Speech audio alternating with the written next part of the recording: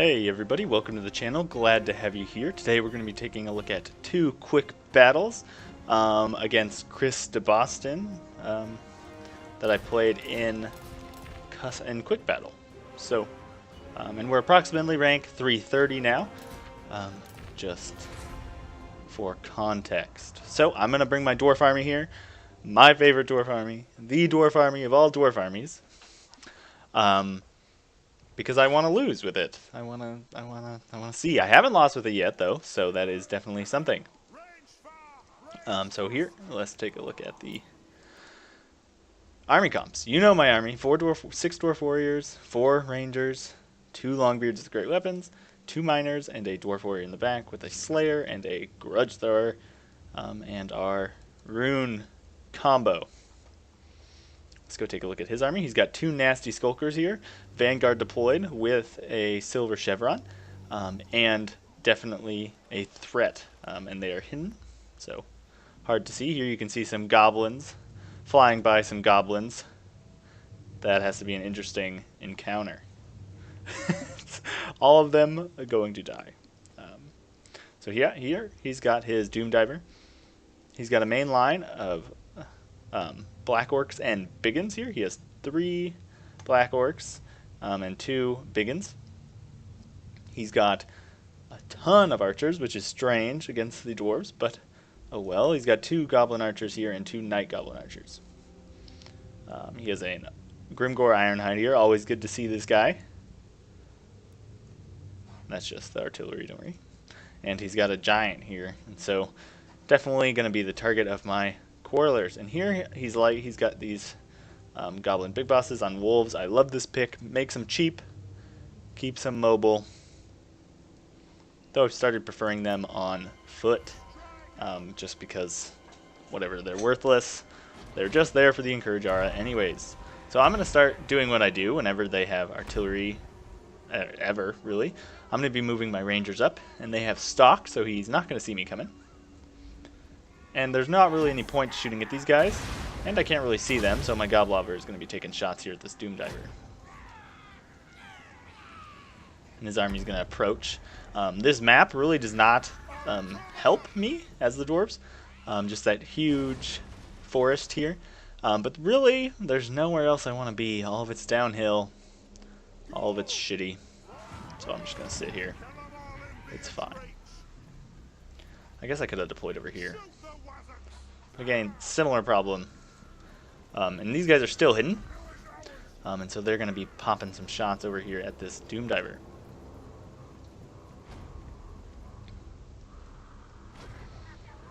Let's see what it looks like from these guys' perspective here. It's awful. They're being bombarded with their own kin and being shot. And so I don't think he doesn't notice here for a second. And that's all it's going to take because of the Discourage aura. And so they're going to rout away from there. He's all ready and somehow dies, if you saw that. But he is going to move these Goblin Archers away, or towards me. And I'm actually going to open fire on these biggins. And that definitely turns out to be a mistake here. Here you can see my Goblobbers opening fire on this Black Orc that I can now see. Oh, and just devastating volley right there. Exactly what I want. These goblins, it might be the dense formation I'm in or something, but these rangers are going to start taking immense damage, even though they have shields, though they aren't armored. Just really didn't expect goblins to be doing this much damage to my rangers. But whatever, they're 500 cost, so they've already paid for themselves. I think he can move his Doom Diver here back, but he doesn't, at least for a while, if I'm correct. Here you can see more shots coming in on the Black Orcs, and I am perfectly fine with sitting back and waiting. I am going to move a second ranger up to support, just because I was just baffled here. These Goblin Archers killing my wonderful rangers. He's going to just slowly be advancing through the jungle. I'm going to realize that I'm a little off center here and rotate in a second. But I am just trying to get rid of these guys. And so I'm going to be opening fire with my Goblobber here soon. And that's gonna, these goblins have such poor leadership, that's gonna kind of scare them away one by one. But right now you can see my ranger basically destroyed here. There you can see the night goblins getting shot. These guys are gonna rout here soon. Yeah, just watch that leadership drop. Just one volley, one hit, really, and the volley of the rangers is enough to break one of these guys. But I didn't actually kill that many, so I don't know how that's going to work out for me, though that rock did kill a ton. And so it looks like he's still content to kind of sit back. Still, definitely a mistake here, not putting this Doom Diver back. But you can see here I'm dealing with these guys pretty easily. Here you can see I rotated. And another Goblin Archer is going to break, and I'm going to switch targets. Not making my mistake again here of letting these guys just fire at will at my goblins. But as soon as the Black Orcs come in range, I'm going to be shooting at them. Because the one weakness of this army is it doesn't have a lot of armor piercing. And so that's definitely something I am concerned about. And so as these nasty skulkers approach, I'm actually going to use the Rune of Wrath and Ruin on them just to try and break their leadership. But of course my rangers aren't going to be free to shoot at them because they're going to be opening fire on the giant. And so his biggins are going to come in. I'm going to just pop my first armor, a light armor boost to help against the skulkers just because I don't want to pop everything. So you can see there I popped my 2 armor ones. And I'm gonna, as soon as the giant comes in, I'm gonna pop my damage resist guys. But you can see here, just trying to route them here with the damage, extra damage from the runes. And you can see it is doing a considerable amount here, especially the master rune. Mistake here with the micro, letting his black orcs take some fire. They're gonna take damage even from rangers. But you can see how quickly this giant is dropping. Exactly what I want.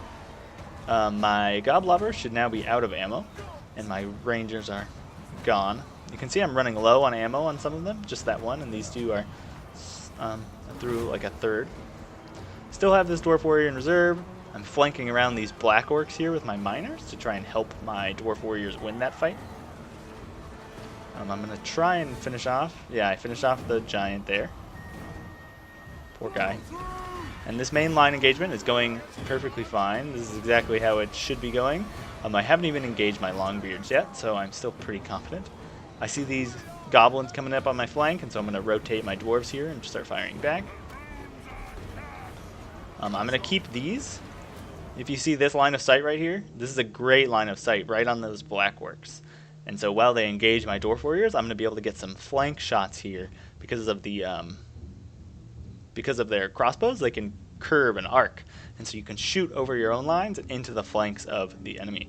So that's going to be definitely going to be something I need to take down something as powerful as the Black Orcs. Over on this side, though, you can see running very low on ammo there. More Night Goblin Archers came back. You can see I got a not very good flanking charge here with the miners, but it is going to help. Every little bit helps. I'm going to send these Dwarf Warriors around here to try and flank, and also potentially scare off the Night Goblins, or just the Goblin Archers. One problem here is, though, you can see, my Longbeards are engaged. You can see their wonderful green color of the Grumbling Guard. Grimgore is actually one problem. I really don't have much to take him out. And you can see I charged my Slayers in here after the Giant, just because I figured he didn't have any money to spend on any like flankers or wolves or anything. So I felt pretty confident sending those guys in there, and they're just going to help hold the line, though you can see just how much damage they've taken in this battle. You can see the Black Orcs, though, chewing through these 2 units because these units aren't supported by my Runesmith. But you can see Rune of Wrath and Ruin coming over here because I know I'm going to lose this side of the fight. But it doesn't matter. My miners are going to rout, and my Dwarf Warriors soon after. I'm going to send this depleted unit of miners around over here. And you can see I rear charged these Black Orcs with those Dwarf Warriors that were flanking around. And it took so long because they're slow as hell. Here you can see I'm going to be opening fire because I see this like long line of Black Orcs. That's going to be an okay shot for these Rangers here to take. Here, definite mistake. They're sitting here not doing anything. They need to be up against Grimgore. I do have my two... when I was playing this, I didn't realize this was Grimgore, and so I sent my Rune Lord and my Rune Smith in here after him. He's actually holding up pretty well, surprisingly. Figured he would die in like 2 hits, but you can see here a fight of the ages. 2 pitiful dwarves, stunties using magic. Oh, that's horribly bright. You can see here I'm going to spread my units out to try and encompass this flank, and my rangers are out of ammo, and so I'm going to charge them into these nasty skulkers. And they're going to do okay in this fight. You know, Rangers don't really have any armor to begin with, so they're definitely the best unit, especially when out of ammo, to be dealing with that nasty skulker. Here you can see the goblins did rout my miners, but I don't really care that I just was sending scraps that way. And so really what it's come down to is this fight here in the middle. The dwarf warriors in support. It's just sending stunties flying. Get him right in that. In the butt, that big old green colored axe, and that's gonna be that. You can see Greenskins still definitely coming back. Oh, and look, he did put him back on the artillery, and I wonder when he did that. But yeah, anyways, let's go to the end screen here. Again, dwarf warriors doing their job. This miner actually got pretty good kills. Goblobber got impressive kills, and the Slayers actually did very well. 61 just were thrown in the mainline engagement with Black Orcs and Biggins. I really didn't expect them to do that well. I'm assuming this Ranger is the one that went up and got slaughtered by the Goblins. But yeah, definitely not too many kills. I actually deployed more than the Orc, which is weird. You can see good kills here on 2 of the Black Orcs. Horrible kills here on the Giant, but I definitely shut that down. If you want to bring a Giant, you definitely need fast movers to flank around the lines and support the Giant and protect it by tying up skirmishers. And again, Biggins not too well. I figure with their armor piercing damage they would have done better, but they were in the mainline engagement with the Dwarf Warriors who were being buffed by the Runesmiths, so that has to be taken into account. But yeah, good kills on the Goblin Big Boss and Grimgore, and surprisingly good kills here actually on the Goblins, but I guess most of those were Rangers. But anyways, so the next battle here we played was I took the Greenskins and he hopped on the Empire. And I brought a typical huge army, as many troops as I possibly could here, as I like to do, and Savage Orcs, and my Ragnarok Spider, who I bring everywhere with me. He's like my little buddy. So I have a main line here of Savage Orcs. A Biggin on each, Biggin on each flank, and a Orc Boy and a Goblin put in, just because I was having trouble picking my army, and I didn't. I just rushed and picked whatever. I have 2 Squig units, 1 on each side. I have a Goblin Big Boss on foot, supporting my poor leadership Savage Orcs and Orc Boys. I have my Orc War Boss here in the middle on his boar, and I have a Orc Shaman with the Big Wa. I got the Rustiers, and I got 1 unit of Orc Boar Boy Biggins to tie up any flyers that land in my back lines. Yeah, let's go take a look at his army. He's got a handgunner and a crossbowman, a huge main line, or not really a huge main line, but an expensive main line of greatswords. So I can imagine he would believed I was going to bring some Black Orcs for them to carve through, but that is not my typical Greenskin style. On each side he has these spearmen with shields. Not too much of a missile threat here from the Greenskins, but potentially he believed I had brought some Goblin Archers and stuff, like he did in the last one. And in the back, he's got Reiksguard and a Demigriff Knight with halberds. I like this pick. I find 2 Demigryph Knights is just far too expensive. And that extra Spearman between these is worth it. Yeah.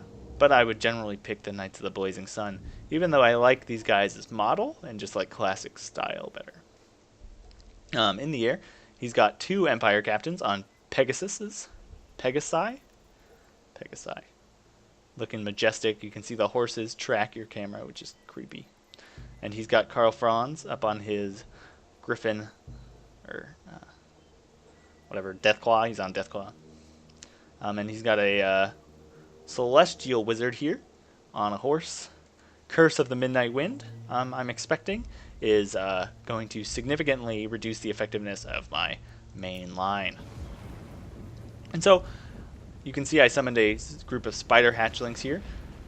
I do not want my Savage Orcs being shot, touched, at all before they get in this engagement. They're going to suffer enough already fighting greatswords. So if they get shot before, they're just going to be completely torn apart and routed. So I sent up a unit of spiders here to catch them. And I really don't care about them, so that's fine. And I'm just going to start issuing attack orders across the board. And I'm going to move one of these big ones in towards the middle. Here you can see I spawned spider hatchlings behind the handgunners because they're the armor-piercing threat against my spider. Now that they're no longer in the front line, I don't really have to worry about my Savage Orcs. So here we go. Got my guys in reserve, waiting here for Karl Franz to come in. And I'm pushing on all sides here. Good old lightning bolt. Definitely better against siege equipment, but also just decent damage dealing spell. I prefer the comment, though it does cost more. You can see slaughtering these spearmen here with my Savage Orcs, though those are going pretty even. Here you can see my Rustiers open fire on the Pegasus. And over here, you can see his blobbed Reichsguard. And the big old boot is going to come down on these Reichsguard, send it back to Karl Franz, crying. So we're going to see a huge, and just watch that health drop. Ugh. There's nothing like getting off a good foot of Gork. And you can see here, I would have picked his Demigryphs, but I just kind of lost track of them in the battle, and so was casting my magic wherever seemed appropriate. But yeah, definitely have to watch out for that. Definitely don't try and blob your cavalry against when there's an Orc Shaman on the field.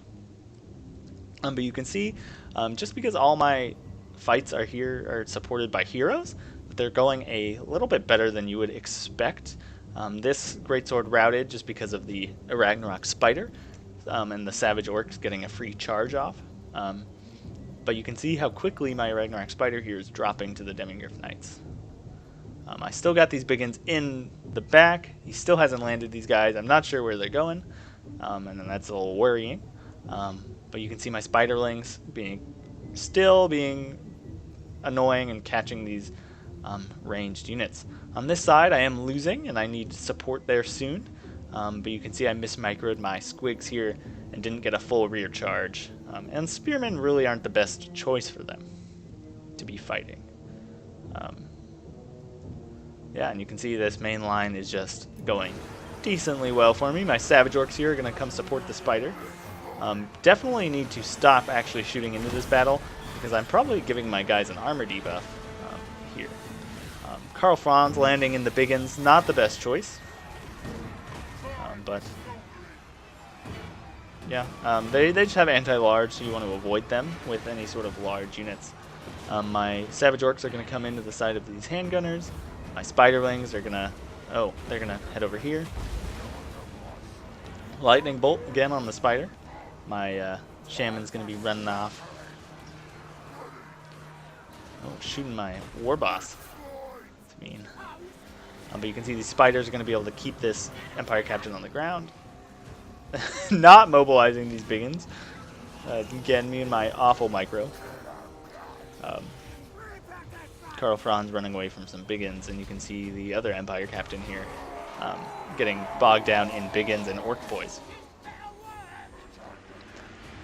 But yeah, just like these Rustiers are actually deal a lot of damage, and their armor decreasing buff makes them pretty strong. And there you can see my Biggins are going to come in to finish them off. And I'm going to cast a Wah here on my guys. That's going to finish off the Demigriffs. Anyway, so yeah, when you build an Empire army, you definitely have to be aware of the two really potential armies that the Greenskins can bring. The Black Orc core or the Savage Orc core. And both are very deadly, and if you kind of pick wrong as the Empire, it can go south pretty fast. And then, yeah, it's really just a 50-50 shot. Yeah, you can see these Demigriffs did a lot of damage to a very expensive spider here. So that probably traded them cost effectively, just killing most of the spider. But definitely not getting very many kills because of that. The Reichsguard just got footed gorked, and so really nothing's going to survive that. And yeah, you can see these great swords. I had so much support for all of my engagements. Between Here We Go and the Wah spell and the Encourage Auras spread across the line, and the Stand or Die to add defense. This main line is actually going to do better than you think against heavily armored units like Great Swords. Because really neither of these units is really made out to kill the other. The Great Swords have slower attacks and not as much damage because of the armor piercing. And these guys have very little armor piercing. And so they're both really not going to be good fighting each other. And since I spent less money here, I was able to win the flanks and shut down the ranged engagement. But anyways, yeah, you can see good kills here in the Spearman. Yeah, I've gotten past the point of putting my my ranged troops in front of my line. It's just too much micromanagement, and too much can go wrong, and I end up losing my ranged troops far more easily than if I just kept them behind my lines, shooting through gaps, shooting at large targets. Yeah, it's just better and far easier to micro if you just keep them behind your lines and lose that extra like 10 feet of firing distance. Definitely the way to go. Yeah, I like the bring of the Celestial Wizard. You don't see that very often, and so that was super cool. Curse of the Midnight Wind is one of the best debuffs, I think. Or, yeah, debuffs. And so it's good to see him out on the battlefield. Anyways, I hope you guys enjoyed these couple of battles, and that's that.